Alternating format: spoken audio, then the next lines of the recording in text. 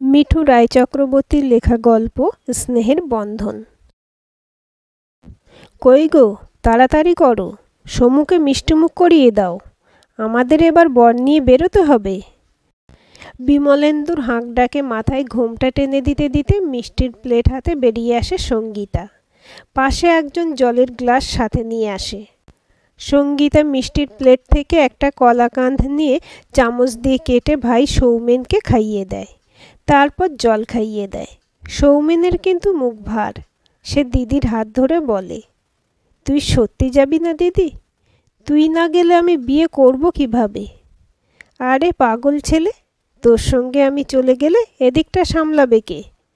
আগামীকাল সকালে যখন নতুন বউ নিয়ে বাড়িতে আসবি, তখন বরণ করবে কে?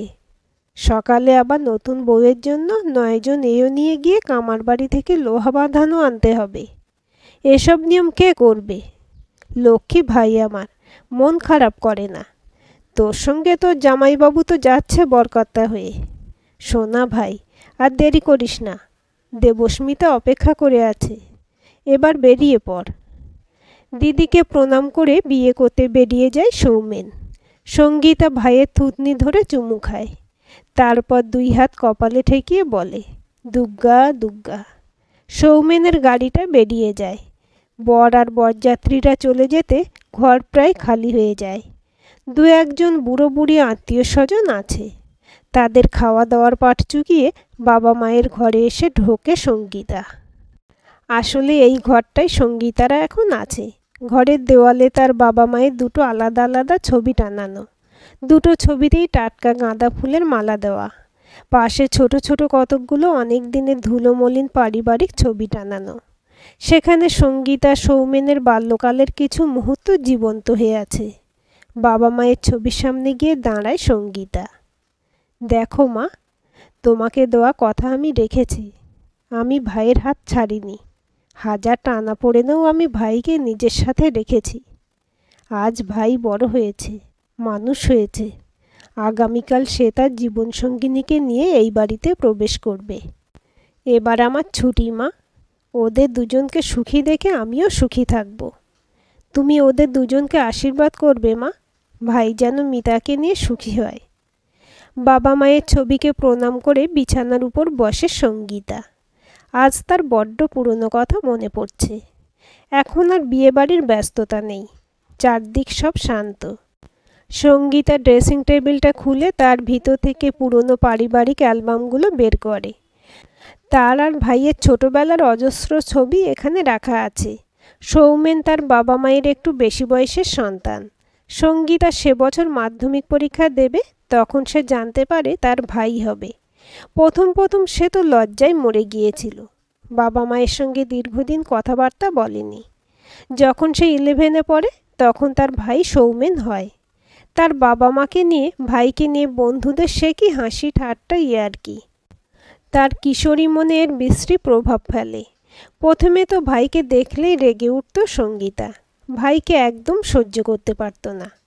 তার সব সময় মনে হতো ভাই হয়েছে বলেই বাবা মায়ের থেকে সে দূরে সরে গেছে।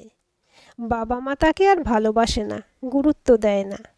কিন্তু এর বাস্তব ছিল সম্পূর্ণ উল্টো।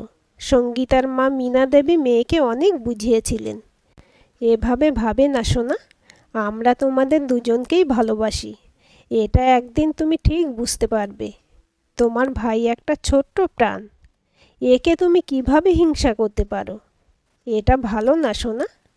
তুমি বড় দিদি, তোমাকেই মায়ের দায়িত্ব পালন করতে হবে। বাবা অশোকবাবু মেয়ের ঢাল হয়ে দাঁড়িয়েছিলেন সেদিন। আমাদের সঙ্গীতা খুব ভালো মনের মেয়ে মীনা। দেখবে এমন একদিন আসবে যেদিন সঙ্গীতা সৌমেনের আর এক মা হয়ে উঠবে। তুমি শুধু ওকে একটু টাইম দাও। ম্যাজিকটা অবশ্য কিছুদিনের মধ্যেই ঘটেছিল। সঙ্গীতা ছোট্ট দুধের ভাইয়ের থেকে বেশি দিন মুখ ফিরিয়ে থাকতে পারেনি। সঙ্গীতাকে খুব তাড়াতাড়ি সৌমেনের মায়ের জায়গাটা নিতে হয়েছিল।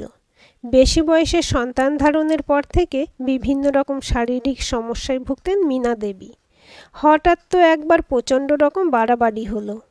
কি যে নার্ভের সমস্যা শুরু হলো, কোনো ডাক্তার ঠিকমতো রোগের চিকিৎসা করতে পারল না। হাত পাগুলো বেঁকে যেতে লাগলো। নিজের পায়ে দাঁড়াতে পারতেন না মীনা দেবী। অসহায়ের মতো বিছানায় পড়ে পড়ে ছেলে মেয়ে আর স্বামীকে দেখতেন, আর তার চোখ দিয়ে নদীর মতো জল বয়ে যেত। এই সময় কিশোরী সঙ্গীতার সংসারের হাল ধরে। পড়াশোনার পাশাপাশি ভাইয়ের সম্পূর্ণ দায়িত্ব তার উপর এসে পড়ে। ভাইকে স্নান করানো, খাওয়ানো, ভাইয়ের পোশাক পরিচ্ছদ কাচা, ভাইয়ের রোগ জ্বালায় রাত জেগে সেবা করা, ডাক্তার দেখানো, টিকা দেওয়ানো, সব কিছু সঙ্গীতাকে করতে হয়। অশোকবাবু মীনা দেবীর চিকিৎসার জন্য উড়িষ্যার এইমসে নিয়ে যান।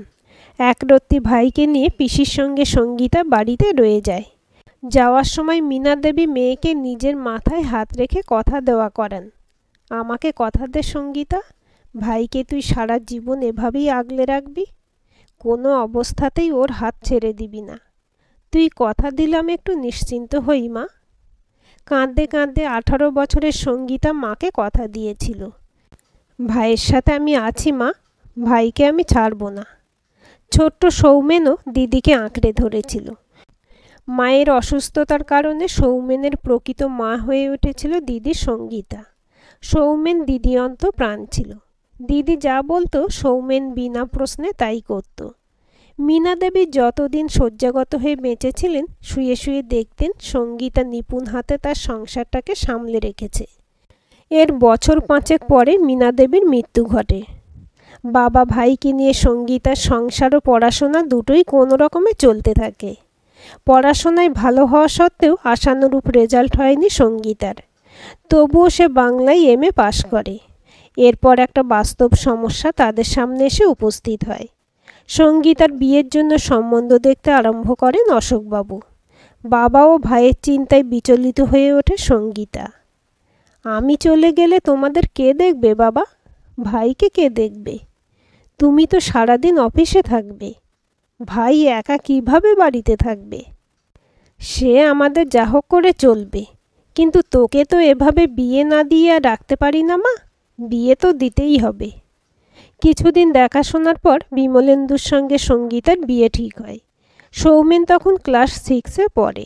দিদির বিয়ে শুনে প্রচণ্ড রকম মন খারাপ হয়ে যায় সৌমেনের। দিদিকে ধরে উচ্চস্বরে কাঁদতে থাকে, দিদি তুই আমাকে ছেড়ে যাস না, তোকে ছাড়া আমি থাকবো কিভাবে? কিন্তু বাস্তব বড় কঠিন। ফাল্গুনের এক শুভ সন্ধ্যায় বিমলেন্দুর সঙ্গে সঙ্গীতার বিয়ে হয়ে যায়। পরের দিন সকালে সঙ্গীতার বিদায়ের সময় ভাই দিদি দুজন দুজনকে জড়িয়ে প্রচণ্ড রকম কাঁদতে থাকে। দিদি তুই কেন চলে যাচ্ছিস? জামাইবাবুকে নিয়ে এখানেই থাক না, আমরা সবাই একসাথে থাকব। পাশ থেকে ওদের মামিমা বলে, তা কি হয় রে সমু, দিদিকে তো যেতেই হবে, এটাই তো সংসারের নিয়ম, ছেড়ে দে দিদিকে, আর কাঁদিস না।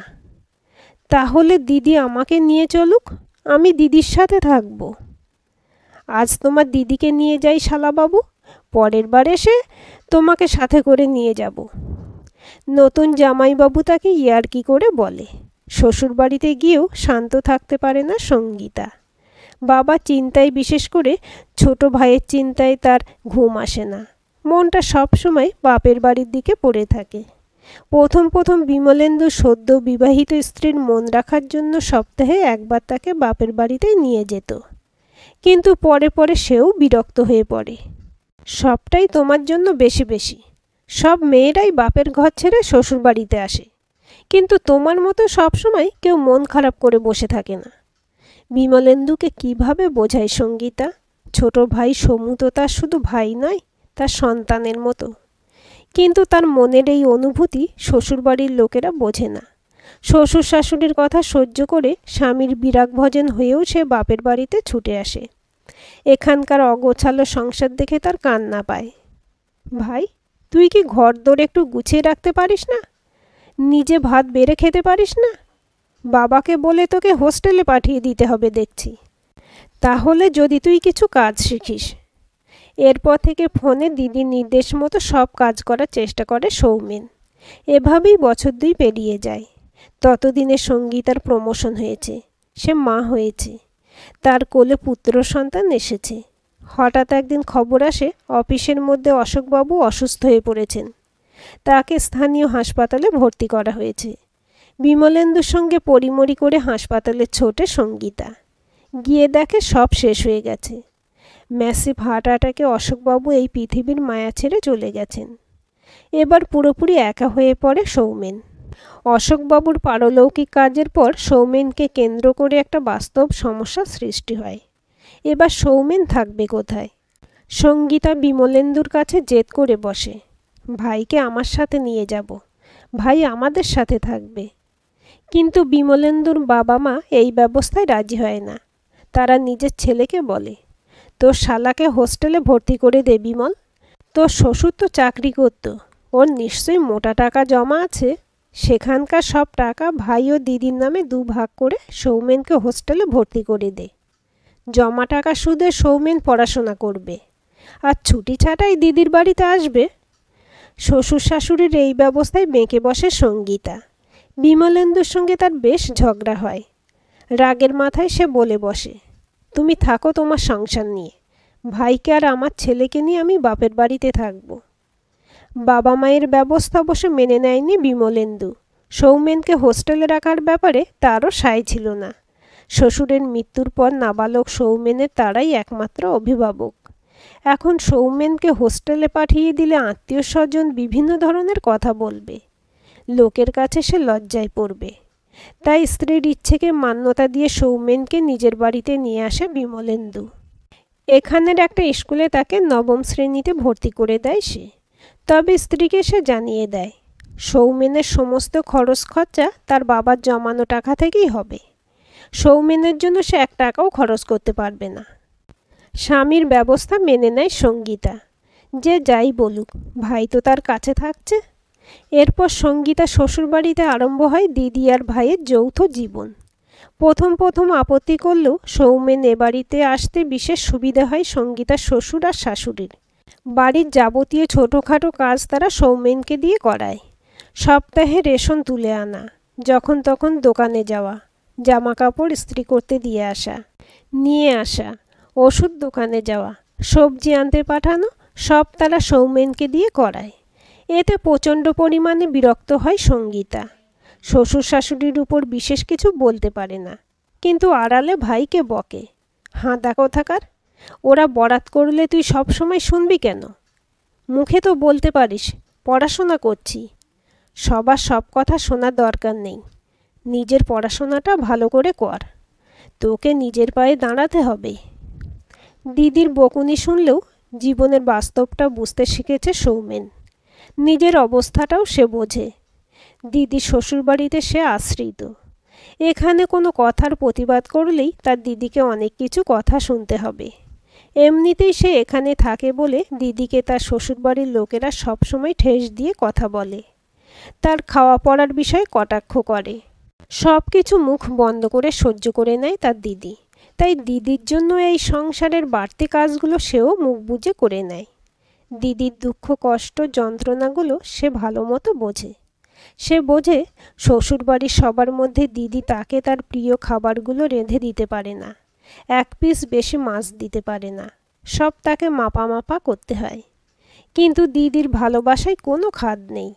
যৌথ সংসারের দায়িত্ব সামলে দিদি তার জন্য প্রতিদিন অপেক্ষা করে।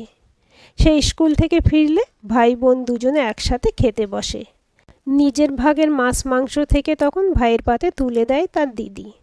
এইভাবে ভাই বোন দাঁতে দাঁত চেপে পরস্পরের অবলম্বন হয়ে দাঁড়ায়। সংসারের সব কাজ সামলে ভাইকে প্রতিদিন বিকেলে 2 ঘন্টা করে পড়ায় সঙ্গীতা। সন্ধ্যাবেলায় যেটুকু ফাঁকা সময় পায় নিজের ছেলের সঙ্গে ভাইকেও নিয়ে বসে।